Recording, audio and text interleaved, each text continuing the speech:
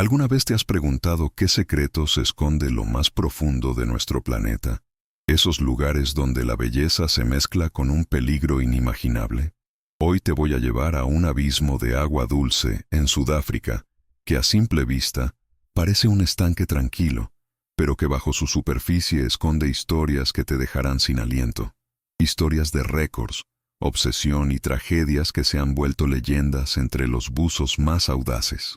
Si esto ya te hizo sentir un escalofrío o te picó la curiosidad, regálanos un like y suscríbete al canal, porque lo que vas a descubrir hoy sobre el agujero de Bushman podría cambiar tu forma de ver los límites humanos. Prepárate, porque vamos a sumergirnos en lo desconocido. Este es el agujero de Bushman.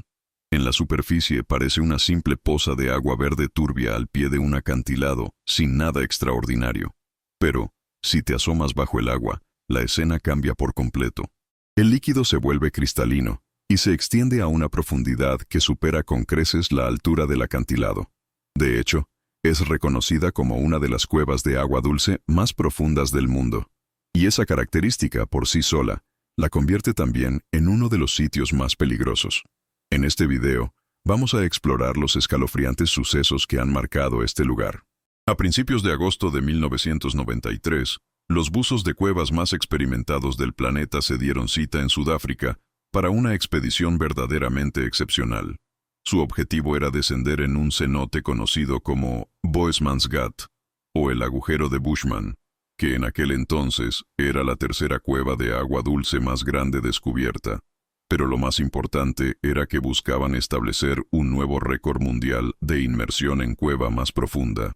Entre los invitados a esta aventura estaba el buzo sudafricano Boeti Shun, cuya familiaridad con los cenotes de la región lo hacía un elemento invaluable.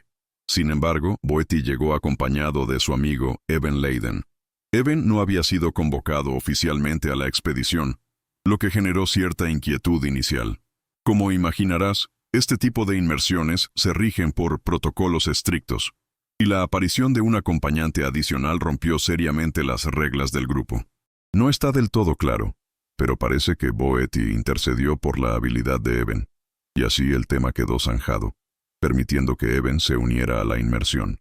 Otra posibilidad es que se le permitiera participar porque su inmersión no sería el intento de récord mundial, ya que esa hazaña estaba reservada para Sheikh Exley.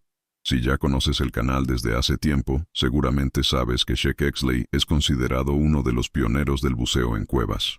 Pero, volviendo al punto, antes del intento de Sheikh por el récord mundial, Boeti y Eben se equiparon para una inmersión de exploración y se lanzaron al agua. Desde la poza de la superficie, avanzaron por un túnel vertical hasta la primera curva.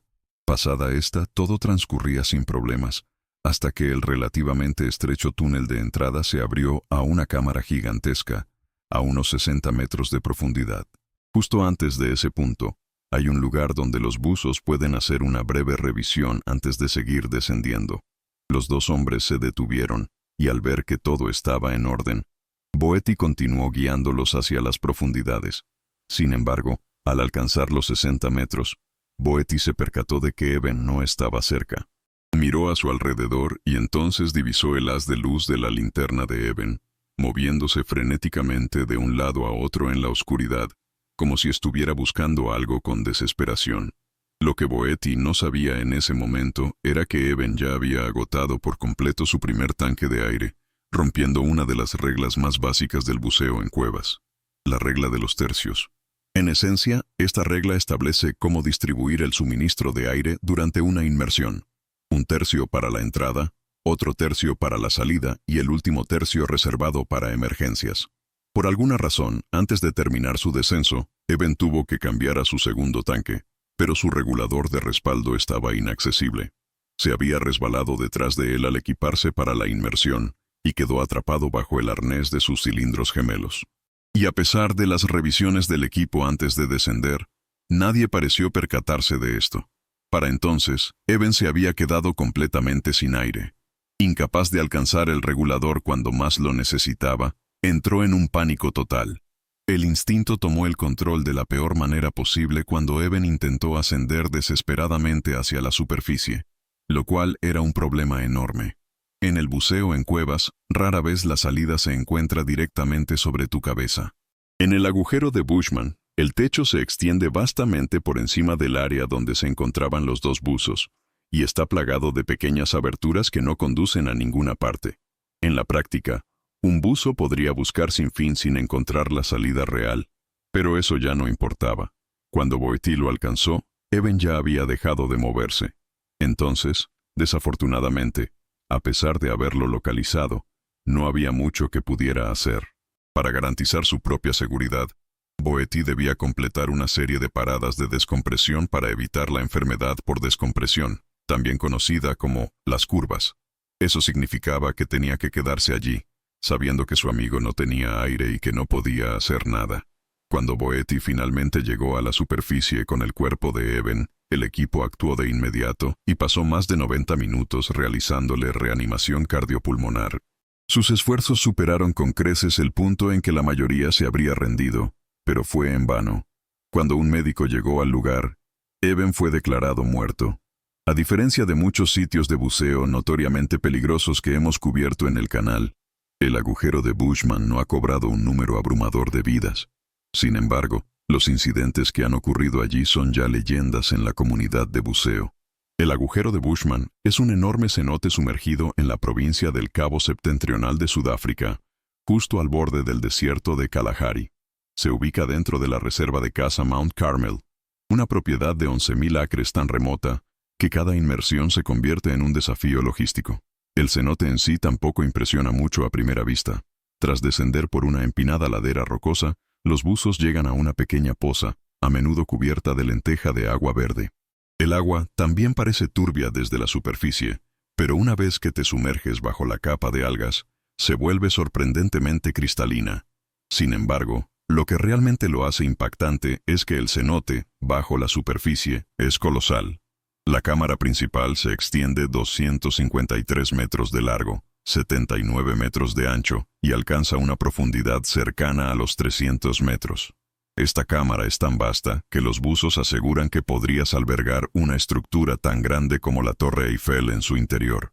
Y en lo más profundo del fondo se encuentra una mezcla estéril y suave de limo y lodo. Debido a esta profundidad inmensa, la cueva tiene una larga historia de buceo extremo de profundidad, y nadie conoció su verdadera profundidad hasta principios de los años 80. Cuando un hombre llamado Nuno Gómez comenzó a explorarla. En su primera visita en 1981, alcanzó unos 76 metros y confirmó la existencia de la enorme cámara debajo del área estrecha a 46 metros. Sin embargo, el gran hito llegó durante la expedición de 1993 que cobró la vida de Eben, cuando Sheck alcanzó un récord de 263 metros. Durante esta inmersión, tocó fondo en la parte elevada de la pendiente. Y eso estableció una marca que Nuno se obsesionó con superar. Nuno, un ingeniero civil de Johannesburgo, regresó al agujero de Bushman un año después para intentar un nuevo récord, pero en 2 intentos, alcanzó 230 y 252 metros respectivamente.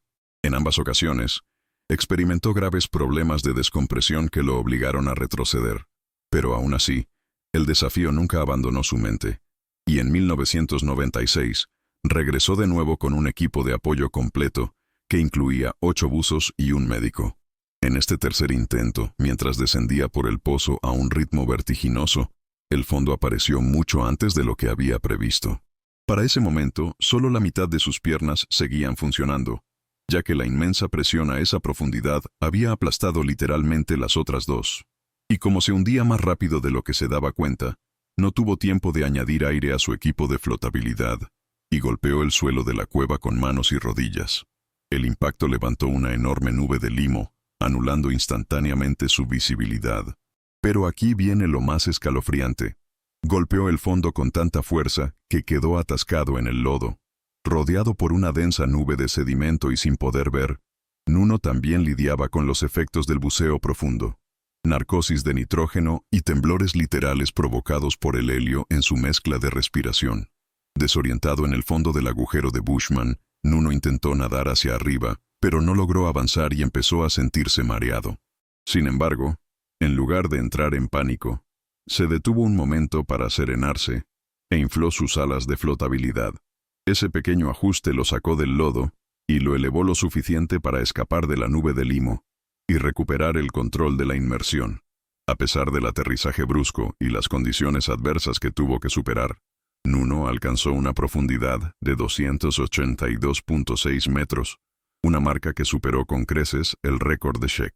Y para que te des una idea de lo técnico y difícil que fue este intento de inmersión, todo el proceso, desde el momento en que Nuno desapareció bajo el agua hasta que volvió a la superficie, tomó 12 horas y 15 minutos. De ese tiempo total, el descenso al fondo duró solo 14 minutos, y le tomó 4 minutos para liberarse del lodo. El resto se dedicó a una larga y fría descompresión en el camino de regreso a la superficie. Volviendo un poco en el tiempo, justo antes del segundo intento de Nuno por el récord en 1994, sonó el teléfono en el departamento de Deon Dreyer, de 20 años. Cuando contestó, apenas podía creer con quién hablaba. Era Nuno al otro lado de la línea. Y aún antes de establecer el récord en el agujero de Bushman en 1996, ya era reconocido como uno de los pocos buzos de aguas profundas de élite en la Tierra. Aparentemente, Nuno estaba formando un equipo de apoyo para un segundo intento, y quería que Deon se uniera a él. A pesar de su juventud, Deon era un buzo con mucha experiencia, acumulando más de 200 horas de inmersión. Nuno le explicó a Deon que la inmersión se realizaría en el agujero de Bushman cerca de Navidad, cuando los miembros del equipo de apoyo estarían de vacaciones de sus trabajos habituales. Siendo la oportunidad de su vida, Deon aceptó de inmediato. Al colgar el teléfono, Deon llamó a sus padres para compartir la noticia, pero la reacción de su madre lo tomó por sorpresa. Ella siempre se había preocupado por sus pasatiempos, pero nunca antes le había causado problemas por sus inmersiones, así que a Deon le extrañó que empezara a sonar nerviosa por su participación en la inmersión de Nuno.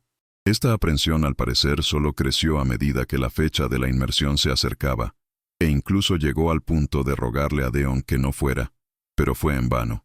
Deon no iba a dejar pasar esta oportunidad, así que hizo todo lo posible por calmar sus preocupaciones y asegurarle que todo saldría bien. El 17 de diciembre de 1994, Deon llegó por primera vez al agujero de Bushman y se preparó para la inmersión de ese día. Sin embargo, este no sería el intento de récord mundial. Era solo una inmersión de práctica que permitiría al equipo de apoyo familiarizarse con el diseño del cenote y entre ellos. Vestido con su traje de buceo, Deon se colocó sus tanques y junto con los otros buzos, descendió al agujero de Bushman. Su descenso fue perfecto y el equipo parecía trabajar bien en conjunto. Cuando alcanzaron la profundidad objetivo, se detuvieron y comenzaron su ascenso, que, como siempre, incluiría numerosas paradas de descompresión. Los buzos se revisaban mutuamente de forma periódica durante estas paradas y se hacían la señal de todo bien con la mano. Esto volvió a ocurrir alrededor de los 60 metros, y todos reportaron que estaban bien, pero cuando avanzaron a 50 metros para la siguiente parada, se dieron cuenta de que faltaba uno de los buzos. Al darse cuenta, miraron hacia abajo y vieron una luz desvaneciéndose en la oscuridad. Nuno miró a uno de los otros buzos de apoyo, quien entonces se pasó el dedo por la garganta, una señal que ningún buzo desea dar ni recibir. Ese buzo que caía era Deon, y para cuando Nuno comenzó a perseguirlo, Deon ya había caído unos 30 metros más abajo, y su descenso continuaba rápidamente. Sin otra opción, Nuno tuvo que detenerse y regresar por su propia seguridad. Si hubiera continuado más para intentar salvar a Deon, podría haber habido 2 buzos que no regresaran en lugar de uno. Más tarde ese día, alguien llamó a la puerta de los padres de Deon, y cuando abrieron, su mundo se hizo pedazos. Era un oficial de policía notificándoles la muerte de su hijo en el agujero de Bushman. Se desconoce con certeza qué provocó su descenso incontrolado, pero se cree que Deon se desmayó debido a una condición llamada hipercapnia o envenenamiento por dióxido de carbono. Es posible que Deon estuviera sintiendo los efectos de la hipercapnia, pero intentó ignorarlos y seguir buceando. Sin embargo, como no se necesita mucho para pasar de estar perfectamente bien a desmayarse, para cuando Deon notó que algo andaba mal, probablemente ya era demasiado tarde. Entonces, inconsciente, se hundió hasta el inmenso fondo de la cueva. Pocos buzos conocían los peligros de las condiciones del buceo extremo de profundidad mejor que Nuno, Sheck y un buzo llamado Dave Shaw. Los tres parecían poseer una especie de habilidad sobrehumana para tolerar estas condiciones. Y a principios de los 2000, solo 7 buzos habían logrado alcanzar los 250 metros o más. Y sin embargo, los tres formaban parte de ese selecto club. Originario de Australia, pero residente en Hong Kong, Dave no comenzó a bucear hasta los 40 y tantos, cuando él y su hijo de 17 años probaron el buceo en Filipinas. A partir de ese momento, su pasión por el deporte creció y comenzó a bucear en naufragios. Sin embargo, cuando entró en su primera cueva submarina, supo que había encontrado su verdadera vocación. Dave no tardaría en establecer varios récords propios. En 2004, Dave finalmente tuvo la oportunidad de bucear por primera vez en el agujero de Bushman, y no iba a desaprovechar la ocasión de llegar al fondo. Dave intentaría superar la marca de Nuno y establecer un nuevo récord mundial, pero lo que hizo su inmersión única fue que iba a hacer algo que ningún otro buzo en el mundo había logrado. Planeó realizar la inmersión utilizando un rebreather de circuito cerrado. Este era un sistema que nunca se había llevado a la profundidad a la que él apuntaba. Un rebreather funciona reciclando el gas que exhala un buzo y eliminando el dióxido de carbono. La unidad también mantiene el nivel de oxígeno correcto mediante una computadora, lo que significa que el buzo no necesita cambiar de tanques durante el descenso. Así, en lugar de los grandes cilindros que esperarías ver en un equipo tradicional, un rebreather es una unidad compacta montada en la espalda que mantiene el perfil del buzo pequeño. Pero a pesar de todas estas ventajas, la tecnología no está exenta de limitaciones. Cuando llegó el día, Dave, junto con su compañero de buceo, Don Shirley, entraron en la poza de la superficie del agujero de Bushman. A una profundidad acordada por Dave y Don antes de la inmersión, Don se detuvo y esperó mientras Dave continuaba hacia el fondo. A unos 250 metros, Dave tocó fondo en la pendiente del agujero de Bushman. Lo guiaba durante todo el descenso una larga cuerda con un plomo atado. Una vez que tocó fondo, aún le quedaba un poco más de profundidad para romper el récord de Nuno. Pero primero, necesitaba sujetar una cuerda secundaria a las líneas principales para poder regresar a ella. Mientras conectaba las dos cuerdas, Dave miró a su izquierda y, a unos 15 metros de distancia, vio el cuerpo de un buzo tendido boca arriba con los brazos extendidos hacia arriba. En ese instante, supo de inmediato que era Deon. Debido a la inmensa profundidad del agujero de Bushman, nunca se intentó recuperar su cuerpo. Inmediatamente, sin embargo, Dave abandonó su intento de récord y nadó hacia los restos de Dion. Cuando se acercó lo suficiente para verlo mejor, se dio cuenta de que la cabeza de Dion no era más que un cráneo después de una década en el fondo del agujero de Bushman.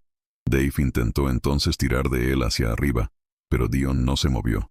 Con los años, sus tanques de aire se habían cubierto de sedimento, y ahora estaba atascado en el lodo. Aún así, Dave siguió intentando liberarlo hasta que se dio cuenta de lo rápido que se había vuelto su ritmo respiratorio. Así que, decidiendo que era demasiado difícil y peligroso llevarlo a la superficie en ese momento, Dave ató su línea secundaria a los tanques de aire de Deon antes de regresar a la línea principal para comenzar su ascenso. Menos de una hora después, Dave regresó con Don sin haber superado el récord mundial de Nuno. Sin embargo, sí estableció un récord para un rebreather, pero eso era lo que menos le importaba a Dave. Don le hizo la señal de todo bien a Dave para asegurarse de que estaba bien, y Dave se la devolvió antes de gesticular para pedir la pizarra de Don, que se usa para escribir mensajes bajo el agua. En ella, Dave escribió que había encontrado un cuerpo. Don leyó el mensaje y extendió su mano para estrechar la de Dave. Encontrar a Dion era algo que se consideraba imposible, pero Dave, de alguna manera, lo había logrado. Durante las horas de paradas de descompresión que ambos hombres tuvieron que hacer, Dave no podía quitarse a Dion de la cabeza. Sentía que estuvo tan cerca de recuperarlo, y sabía que si hacía un esfuerzo concertado y lo planeaba bien, podría llevar a Dion de vuelta a casa con sus padres. Así que 2 días después de la inmersión, el teléfono sonó en la casa de los padres de Dion, con Dave al otro lado de la línea. Entonces les informó que había encontrado a Dion y que iba a recuperar su cuerpo para ellos. Al parecer, la mezcla de alegría y dolor fue tan grande que los padres de Deon rompieron a llorar de inmediato. La inmersión para recuperar el cuerpo de Deon se programó para principios de año, y Dave pasó cada día planeando algún aspecto de la misma. Durante ese tiempo, se reunió con expertos forenses para saber qué podía esperar sobre el estado del cuerpo de Dion. El consenso era que Dion probablemente estaría completamente esqueletizado, por lo que Dave sabía que levantarlo y llevarlo a la superficie podría hacer que el cuerpo se desmoronara. Para compensar esto, Dave planeó usar una bolsa para cadáveres que pudiera deslizar sobre Dion para mantener su cuerpo completamente contenido dentro de ella. La esposa de Dave entonces confeccionó una bolsa personalizada con cordones, y el día de Año Nuevo de 2005, lo llevó al aeropuerto para su vuelo a Sudáfrica. Cuando Dave aterrizó, Don lo recogió y lo llevó a Komati Springs, que Don operaba como centro de buceo. Luego, en las semanas previas a la inmersión, Don seleccionó cuidadosamente a 7 buzos para formar un equipo de apoyo. Al frente del equipo de superficie estaría Verna, la entonces poseedora del récord mundial femenino de profundidad, que ella misma había establecido en 221 metros en el agujero de Bushman. También formaban parte del equipo un cineasta documental llamado Gordon y varios camarógrafos. Si Dave lograba llevar a Dion de vuelta a la superficie, sería la recuperación de cuerpo más profunda jamás realizada, y todos los involucrados querían que quedara documentado. Gordon convenció a Dave para que le permitiera construir un equipo personalizado, de modo que Dave pudiera llevar una cámara durante su inmersión. Dave aceptó, y Gordon apareció más tarde con un casco de escalada al que le había acoplado una cámara en la parte superior. Durante una inmersión de aclimatación, el equipo funcionó perfectamente, y Dave solo tuvo que hacer ajustes mínimos para compensar su tamaño y peso. A Dave también le gustaba llevar una luz atada a la mano durante las inmersiones, pero cada vez que necesitaba usar ambas manos para algo, se colgaba la luz, que estaba sujeta a una cuerda, alrededor del cuello. El casco, sin embargo, le impedía hacer esto, pero Dave pensó que simplemente se adaptaría, dejando la luz a un lado cada vez que necesitara usar ambas manos.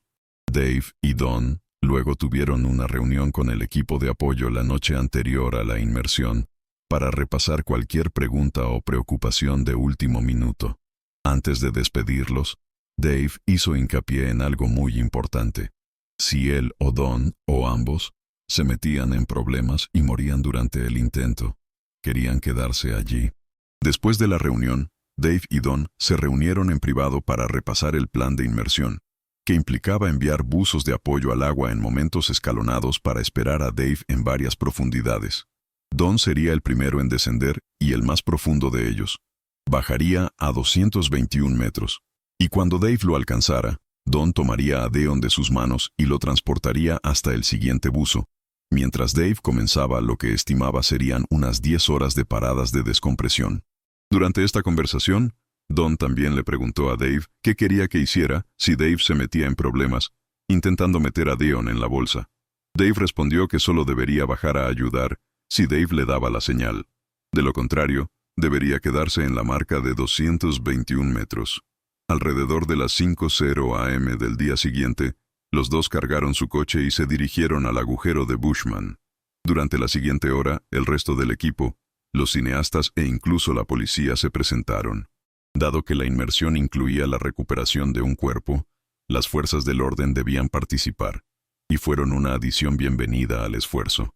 Luego, cuando llegó el momento, Dave y Don se dieron la mano y prometieron que se verían pronto.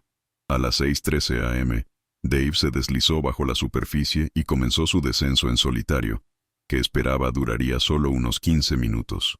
Desde allí tendría unos minutos para liberar el cuerpo de Dion y cargarlo en la bolsa antes de tener que comenzar su ascenso. Fuera del agujero de Bushman, apenas minutos después de que Dave descendiera, llegaron los padres de Dion. No querían llegar demasiado temprano y arriesgarse a ejercer una presión indebida sobre Dave, pero al mismo tiempo, necesitaban estar allí por Dion. 13 minutos después, a las 6:26 am, Verna le dio a Don la señal para descender, y él comenzó su viaje hacia los 221 metros. Cuando llegó a unos 150 metros, se alegró al ver que las condiciones del agua eran lo suficientemente claras como para ver la luz de Dave debajo de él, pero cualquier alivio que pudiera haber sentido se desvaneció en el momento en que Don se dio cuenta de que la luz estaba inmóvil. El cronometraje de cada detalle de la inmersión estaba sincronizado para que Don llegara solo unos minutos antes que Dave. Pero Dave aún no había comenzado su ascenso. Unos momentos después, la luz seguía sin moverse, Y Don de repente notó la ausencia de burbujas de aire que pasaban a su lado en su camino hacia la superficie. En este punto, aunque no había recibido la señal para bajar a ayudar a Dave, no iba a esperar. Continuó su descenso más allá de los 221 metros. Y cuando alcanzó los 244 metros, oficialmente había llegado más profundo de lo que jamás había estado antes. Fue en ese momento cuando escuchó un crujido, como si algo se hubiera roto bajo la inmensa presión. Era el sonido de su controlador de rebreather siendo aplastado, y su pérdida fue devastadora. Con eso, cualquier esperanza de llegar hasta Dave tuvo que ser abandonada. Sin ese controlador automático, tendría que pasar las siguientes 10 horas en el agua, monitoreando y ajustando manualmente sus mezclas de aire con sumo cuidado. Era una emergencia, y Don no tuvo elección. Tenía que empezar a ascender, y solo esperar que Dave lo lograra. Mientras todo esto sucedía, el equipo de buceo en la superficie continuaba ejecutando el plan de inmersión. 2 buzos de apoyo fueron enviados a 150 metros para tomar el cuerpo de Dion y asegurarse de que Don estuviera bien. Se alarmaron de inmediato cuando se acercaron a su profundidad objetivo y no vieron ninguna luz debajo de ellos. El protocolo indicaba que debían esperar 4 minutos antes de comenzar un ascenso. Permanecieron allí durante 6 minutos sin rastro de Dave o Don debajo de ellos. Uno de los buzos sacó una pizarra y escribió en ella que Dave y Don no estaban a la profundidad esperada cuando, de repente, divisaron una luz debajo de ellos. Luego modificaron el mensaje para decir que solo había una luz debajo de ellos y no sabían de quién era. Cuando ascendieron hacia el siguiente buzo de apoyo, le entregaron la pizarra para que comenzara su viaje a la superficie. Cuando llegó a unos 84 metros, el buzo de apoyo, Peter, uno de los amigos más cercanos de Dave y Don, lo leyó e inmediatamente lo devolvió al buzo que se lo dio, y comenzó a descender rápidamente. Cuando Peter alcanzó los 122 metros, vio a Don y sintió un torrente de alivio. Peter entonces levantó la señal de «todo bien» como pregunta, y Don se la devolvió antes de que Don gesticulara para pedir la pizarra de Peter. Peter se la entregó y Don comenzó a escribir información sobre su nuevo plan de descompresión, ya que su controlador se había roto. Pero por encima de todo, escribió 4 palabras. Dave no regresará. Como imaginarás, cada minuto del ascenso para Don fue insoportable. Después de horas, se encontraba en una parada de descompresión a unos 61 metros, cuando otro de estos buzos de apoyo vino a revisarlo.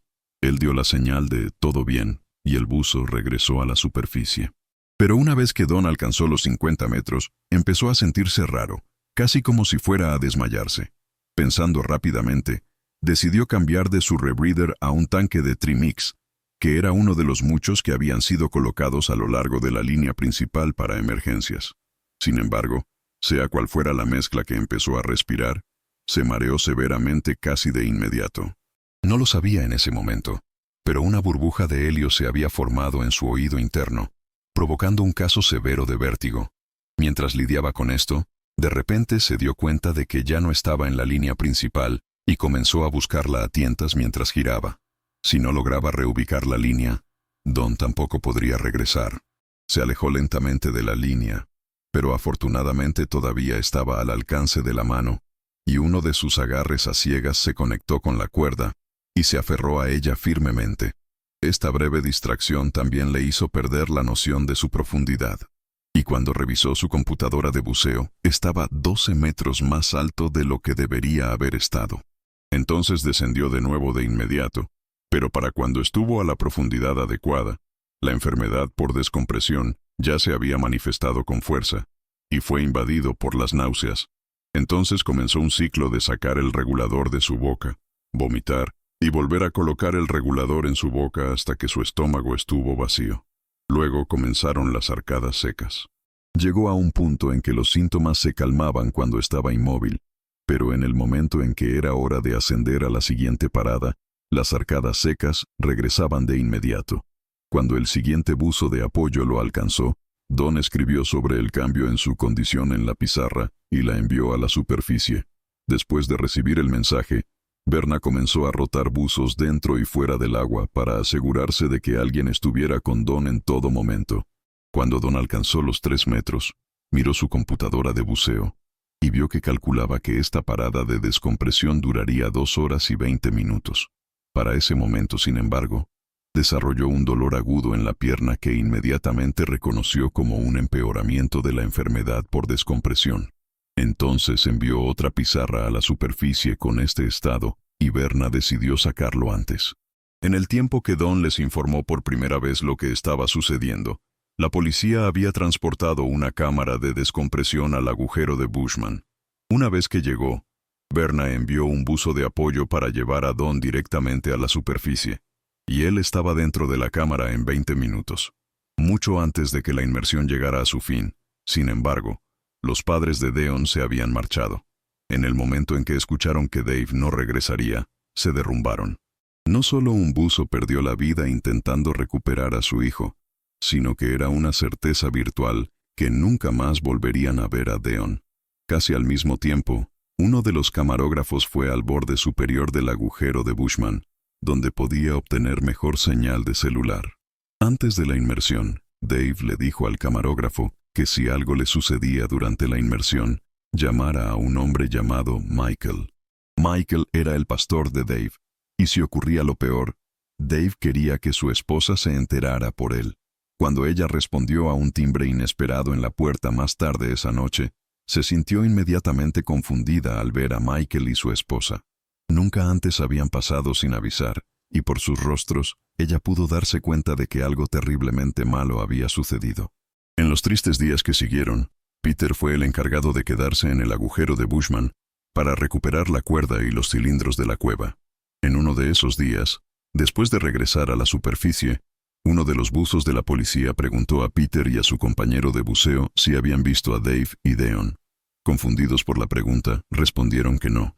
La policía les dijo entonces que sus buzos habían avistado 2 cuerpos a unos 20 metros.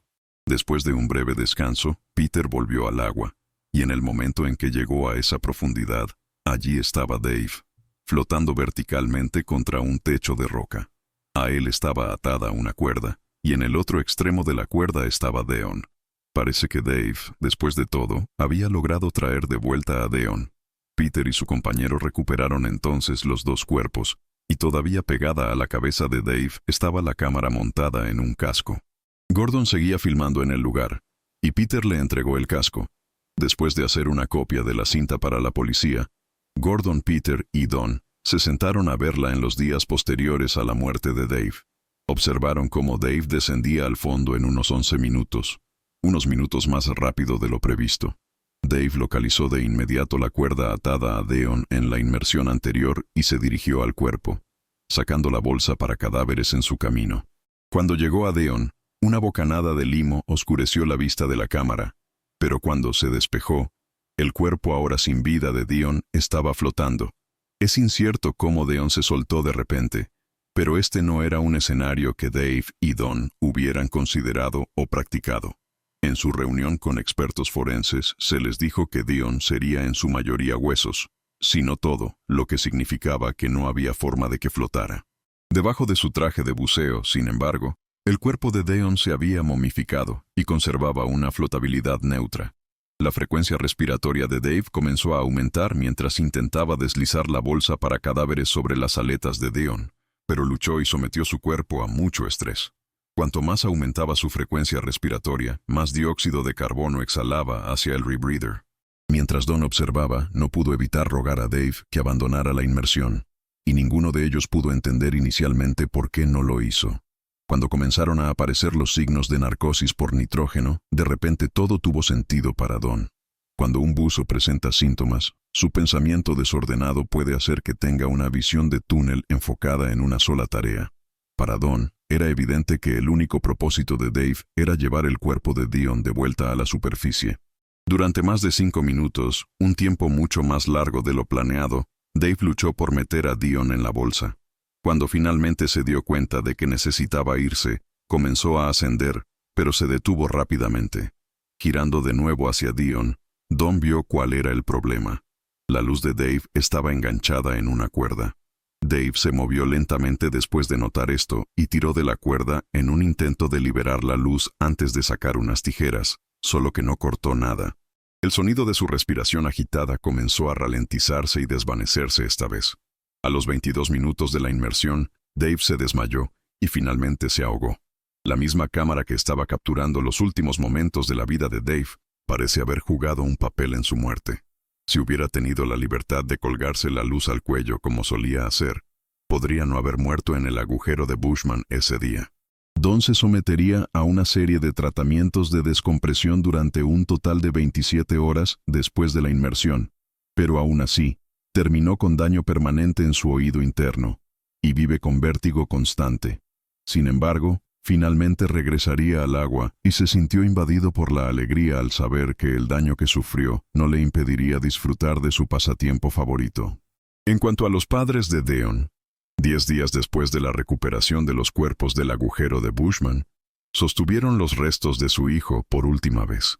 El agujero de Bushman no es como los otros sitios de buceo peligrosos que se muestran en el canal. No hay un número masivo de muertes ni características imposibles, y es mucho menos accesible que algunos de los otros. Pero, como lo demuestran las pocas personas que han alcanzado su inmensa profundidad y los problemas que esos pocos han encontrado, sigue siendo uno de los sitios de buceo más peligrosos y legendarios de la Tierra. Si llegaste hasta aquí, muchísimas gracias por acompañarnos. Y un agradecimiento especial a todos los que apoyan el canal en Patreon o como miembros. Si te interesa, ofrecemos videos de acceso anticipado que se publican aproximadamente una semana antes que las subidas regulares de YouTube. Además, si tienes alguna sugerencia de historia, no dudes en enviarla utilizando el formulario que encontrarás en la descripción. En fin, gracias de nuevo, y espero verte en el próximo video.